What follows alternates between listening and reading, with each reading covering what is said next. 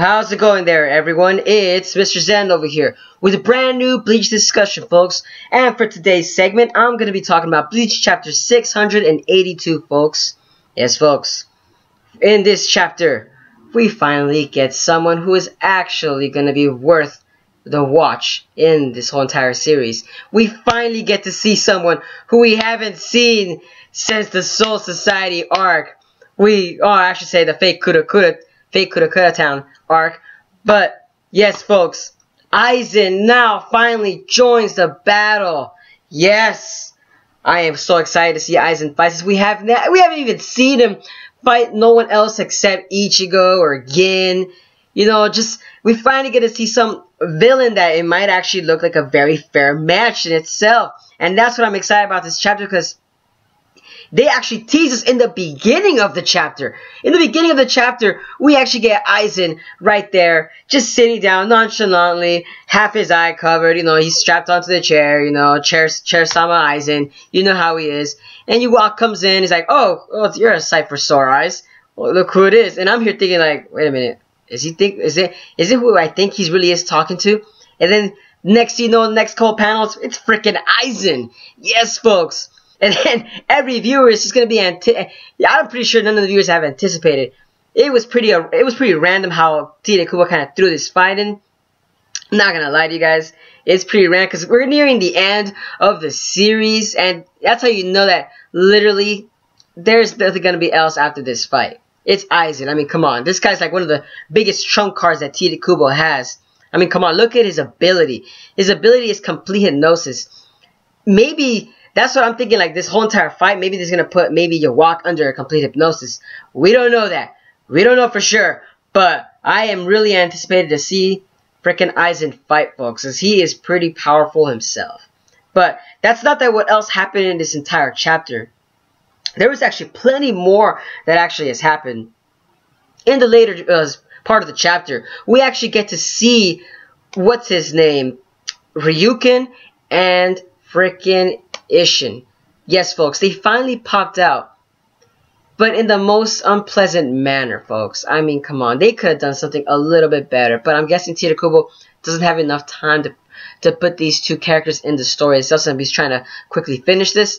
I felt like these two characters should have had a little bit more screen time, but at least we get to know a little bit more as to what Ishin and Ryukin were doing throughout the whole entire time while Ichigo's fighting ywach. Clearly, Ryukin has constructed this silver arrowhead from the corpses of Quincy's. Yes, folks. From the corpses of freaking Quincy's. That's how I'm thinking, because the fact that the arrowhead is called Ashwan. I don't know if I pronounce it right. Ashwan or Ashwalen. Something like that. And this tip of the arrowhead is based on the fact that because Quincy's, when they get, you know, chosen by ywach and, you know, they purposely die, this arrowhead is basically the final product of when the Quincy's die. And basically what Ryukin has done, from just assuming, what he's basically done, he's basically went to each of the corpses of the Quincy's and basically he just collected this silver ore from the hearts of each of the Quincy's that have fallen. And that is just insane. And it makes sense what Ryukin must have been doing, since, you know, he is a doctor, for Pete's sakes. So he really must have done this very strategically and very patiently too at the same time.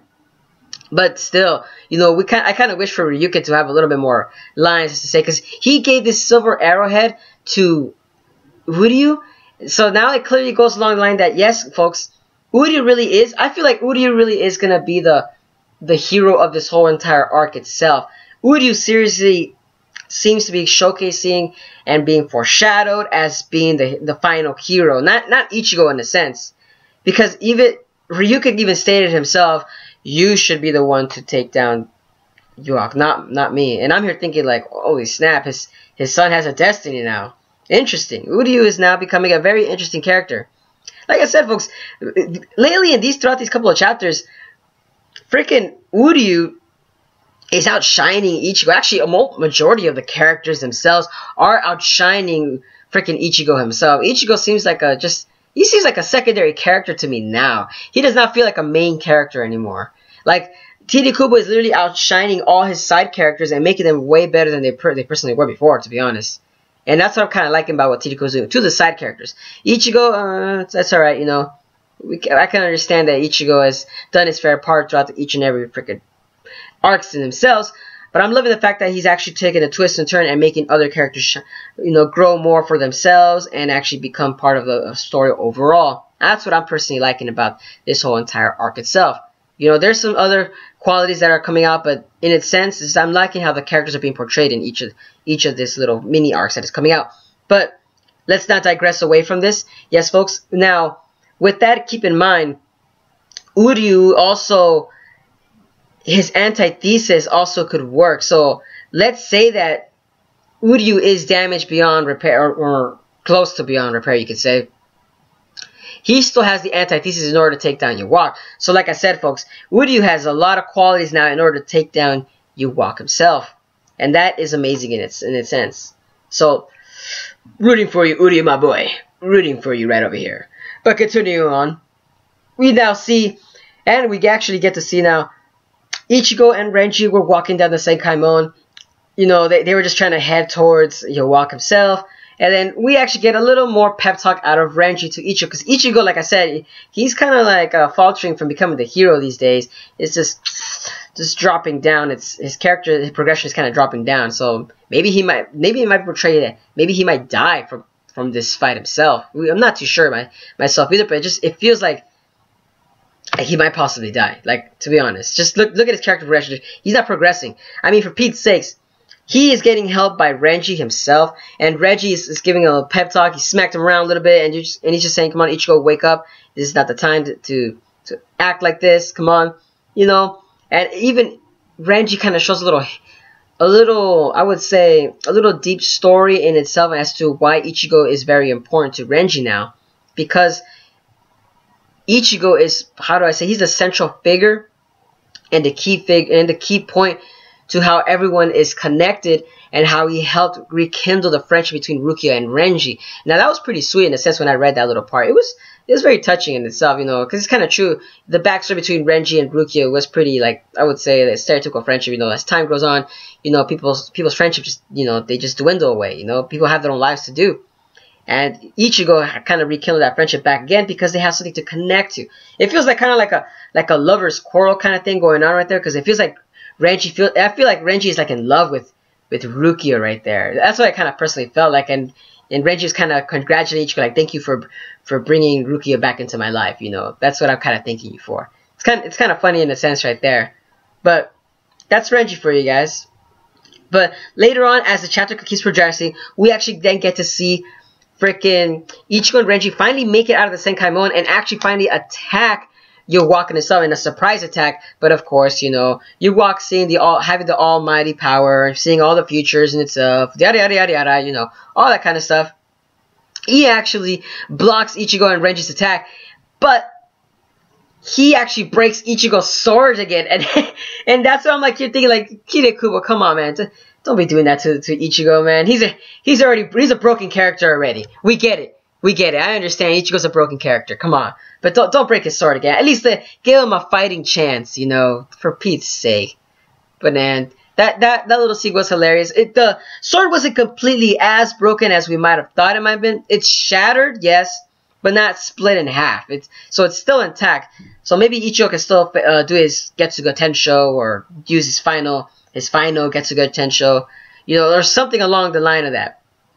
But Ichigo, Renji, and Aizen are now together facing off against ywach, and that's what is really interesting, the fact, because even in the chapter titles itself, it said that it's the final battle between the story itself, and I'm here thinking like, wow, we're finally getting to the climax of the whole entire arc, which I'm kind of hoping it is the final climax. Back in previous sessions, it feels like they were saying, oh, this is the final climax. No, wait, this is the final climax. So I'm like kind of thinking, Tirakubo, what is your final climax now? Stop teasing us and just say what it is and what it is. Don't try to fool us and think this is the final climax. Your trolling is already getting annoying in a sense. But I gotta admit though, Tirakubo, I did love the fact that he did actually showcase Aizen as a pretty powerful opponent, and Aizen is free from the chair itself. So that's what most viewers are going to be anticipating, is the fight of Aizen and ywach himself. But I'm having a little theory in itself with Aizen, is that let's say they do kill ywach, right? let's say they do kill him, or they stop ywach, will Aizen actually then take the throne of the Soul King Palace? That's what I'm personally thinking. So does that mean that Aizen's character progression is going to be becoming what he actually wanted to do? Instead of killing the Soul King himself, he's actually going to just take the throne up there himself, and he'll probably reimagine the whole world as how he wants it to be. And maybe Ichigo will say, yeah, you know, go ahead and do what you got to do, man.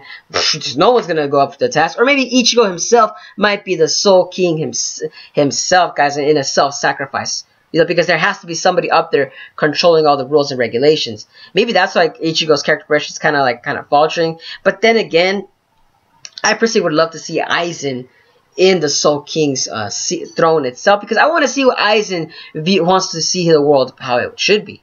Maybe Aizen has a different viewpoint. Maybe he wants to create a world where no hollows and only humans exist, or maybe a more structural society in itself. Because remember, folks, Aizen had an idea. He has an idea that we have yet to see. So I'm kind of curious as to what Aizen wants to show us. Now, can you imagine Aizen on the throne?